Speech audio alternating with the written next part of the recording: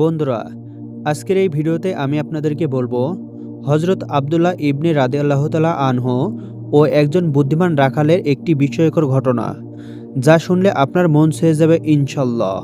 তাই ভিডিওটি শেষ পর্যন্ত দেখার অনুরোধ রইল।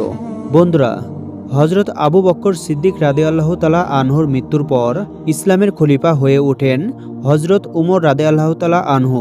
তৎকালীন মুসলমানরা তাকে মুমিনুল আমিরুল বলে ডাকত, অর্থাৎ তার মাধ্যমে সকলেই তাদের সমস্যা সমাধান পেত এবং তার কাছে সকল সমস্যার জন্য বিচার দিত এবং তিনি সঠিক বিচার করতেন। হজরত উমর রাদিয়াল্লাহু তাআলা আনহুর একটি স্বভাব ছিল, তৎকালীন সময় তিনি মক্কা এবং মদিনার বাইরে ঘুরে দেখতেন তিনি কে কী সমস্যায় আছে।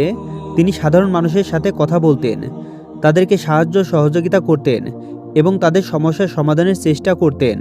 আর হজরত উমর রাদিয়াল্লাহু তাআলা আনহুর পুত্রের নাম হলো আবদুল্লাহ।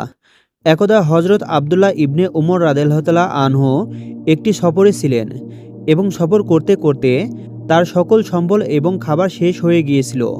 অতিরিক্ত ক্ষুধার কারণে তিনি খাবারের সন্ধান করতে লাগলেন।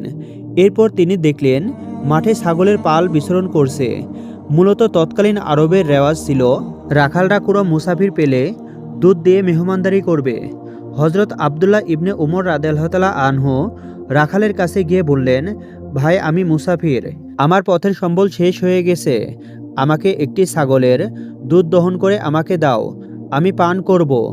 তখন তিনি বললেন, আপনি মুসাফির, আপনাকে অবশ্যই আমি দুধ দিতাম, কিন্তু সমস্যা হলো এই বকরিগুলো আমার না, এগুলোর মালিক অন্য এক ব্যক্তি, আমাকে শুধু চড়ানোর দায়িত্ব দেওয়া হয়েছে, তাই এই বকরিগুলো আমার কাছে আমানত আর এর দুধও আমানত, তাই আমি আপনাকে দুধ দিয়ে মেহমানদারি করতে পারছি না।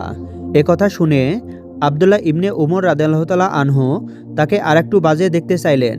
তিনি বললেন, দেখো ভাই, আমি তোমাকে একটা কথা বলছি, এতে আমারও লাভ তোমারও লাভ, তুমি বরং এ কাজ করো, একটি বকরি আমার কাছে বিক্রি করে দাও, বিক্রয় মূল্য তুমি নিয়ে নেবে, এতে তুমিও কিছু পয়সা পেলে আর আমারও উপকার হলো।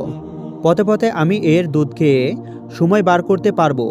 আর হ্যাঁ, মালিককে বলবে একটি বকরি বাঘে খেয়ে ফেলেছে, দেখো সে কোনো সন্দেহ করে কিনা, কারণ পাহাড়ের জঙ্গলে প্রায়ই এ ধরনের ঘটনা ঘটে থাকে, এটা করলে আমাদের দুজনেরই লাভ হবে।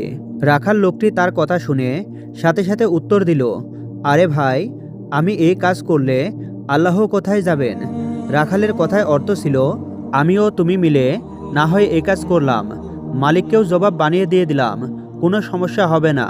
কিন্তু সকল মালিকের একজন মালিক আছেন, তিনি সব দেখেন, তার কাছে গিয়ে আমি কি জবাব দিব? এই কাজ করতে পারবো না।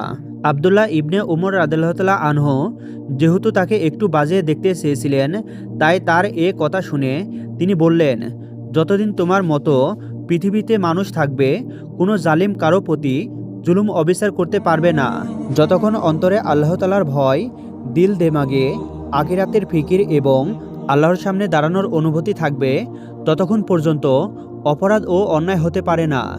ইসলামে পুরোপুরি প্রবেশ করার এটাই অর্থ।